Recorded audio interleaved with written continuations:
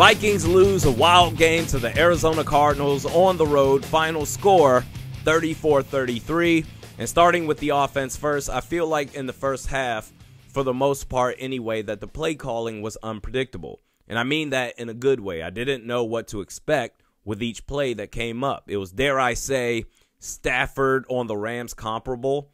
You had the KJ Osborne, the explosive touchdown, the first drive. I mean, the only thing missing from that play that would have made it absolutely perfect is if we had Mike Breen from the NBA broadcasting crew. If he called that specific play, can you imagine? Oh, Cousins to Osborne, bang!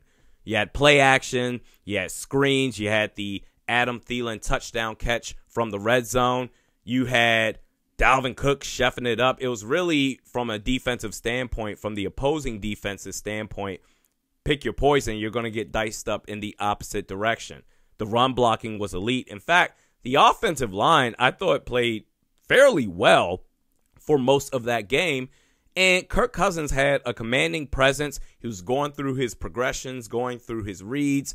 I mean, at a couple of points, he was scrambling for a first down. That touchdown to Justin Jefferson, he scrambled out to his left outside the pocket, looking like Lamar Cousins out there. And the reason why I said, okay, for the most part, I did like the play calling in the first half is because the final possession in the first half was typical Vikings. That's the one thing that ruined it all.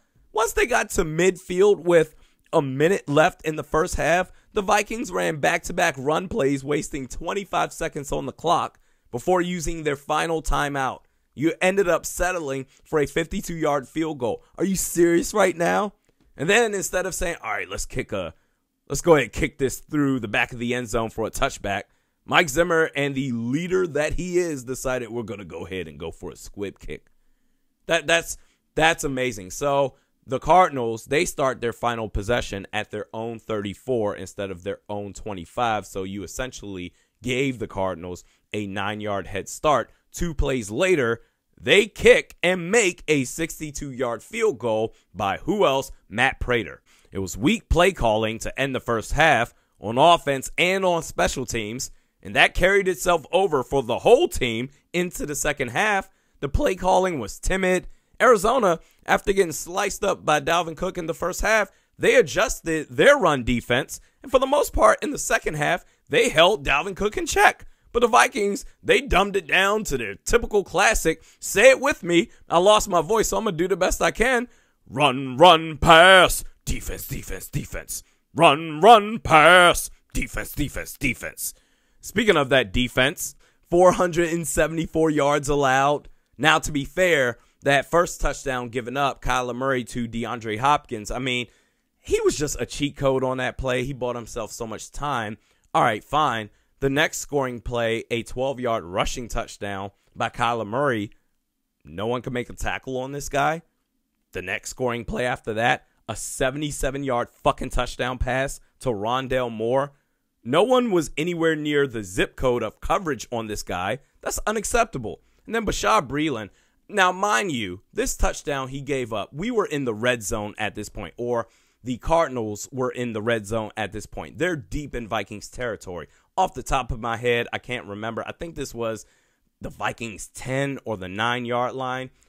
A screen pass to A.J. Green. Now, mind you, pre-snap, Bashaud Breeland is about, and I guess this is on Mike Zimmer, he's about 6 or 7 yards off coverage.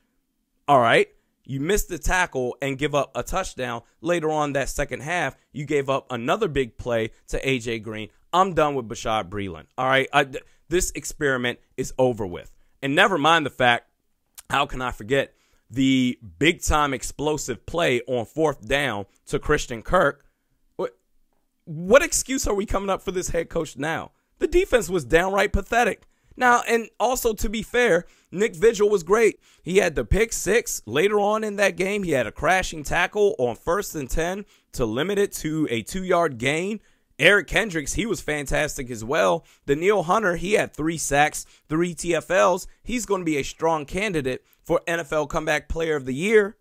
But the defense was shot to hell. And now we go back to the offense, final possession on offense.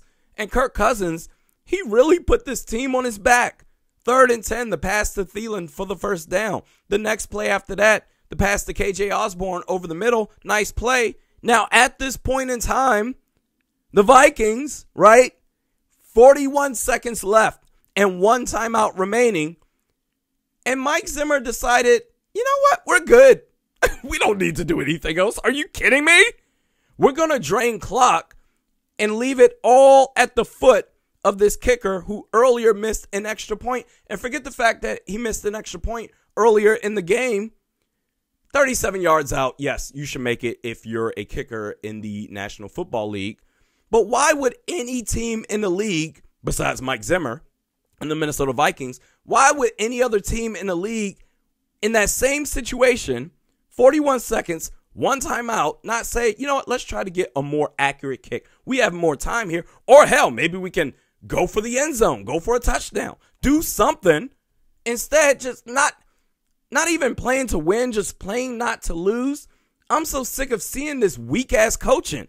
And I saw at the post-game presser, I think I saw a quote, and Mike Zimmer said, well, you know what, a couple of plays away and we're 2-0. That's not how that works, Zim. You can say that for a bunch of teams out there. Oh, a couple of plays here, couple of plays here. That's not how this shit works, bro. But I'm not surprised. This has been the same old song and dance with this dude. The super conservative play calling and just scared and the just shitty clock management. How much longer are we going to see this? I'm not even surprised. Next video is Wednesday. We'll see you then.